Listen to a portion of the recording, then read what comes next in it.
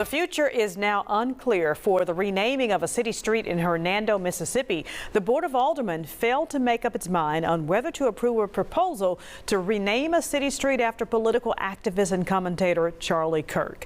Good evening and thanks for joining us. I'm Stephanie Skurlock. And I'm Greg Hurst. WRG's Brian Didlick was at that meeting and explains when that proposal might be brought up again.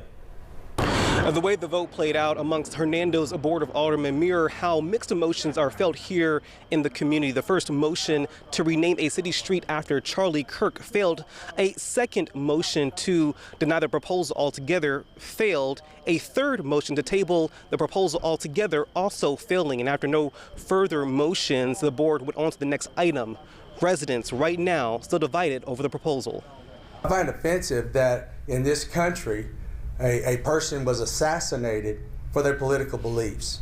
My concern is not about silencing political voices, but about ensuring that our public spaces reflect values that unify us rather than divide us.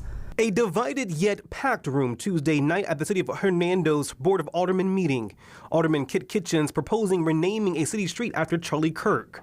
Kirk, a commentator and co-founder of the conservative organization Turning Point USA, was killed in what appears to be an act of political violence during a visit to a campus in Utah. I move that the Board of Aldermen approve the renaming of the following roadways within the City of Hernando.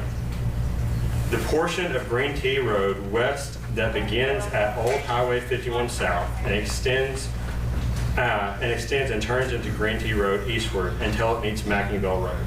Alderman Kit Kitchens changing his request during the meeting, acknowledging the debate over placing Charlie Kirk Boulevard to be on the same street as Hernando High School. The change, however, did not stop the debate.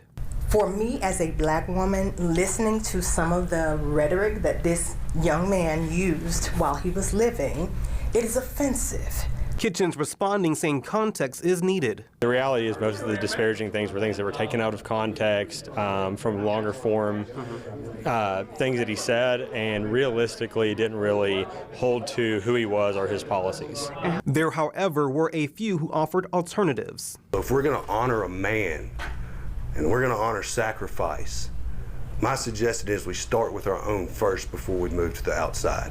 So the question remains, what's next for the proposal to rename a city street here in Hernando after Charlie Kirk?